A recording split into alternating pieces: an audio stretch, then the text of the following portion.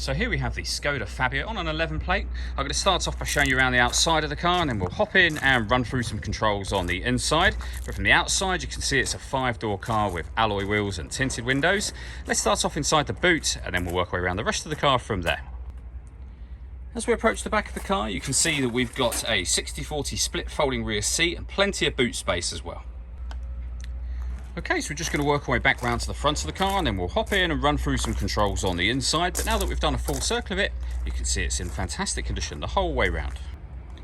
Just briefly before we climb in, I think it's while we're seeing the interior from this exterior point of view, there's plenty to run through on the dashboard, so let's hop in and we'll do that now.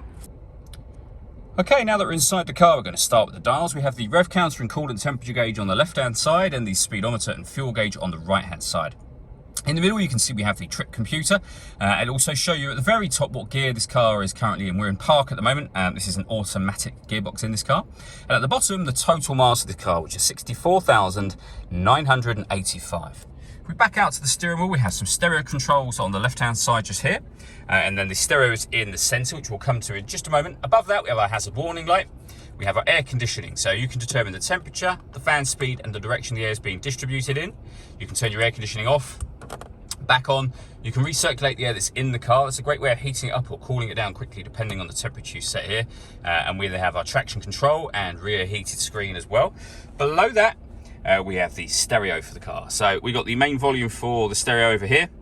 Down the bottom here, you can select between radio and media, and you'll see that this car, with every push of this button, it will take you through a different frequency for the radio. If you want to listen to your own music, you hit the media button just here, and you can see we have a CD player.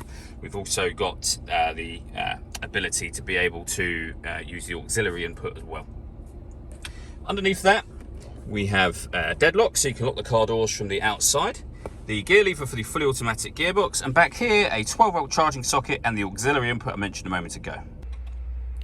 All that leaves me to say is thank you for taking the time to watch this video. If you'd like to come and see the car in person and have a test drive, please feel free to give us a call here at Surrey Specialist Cars. We'd love to hear from you soon.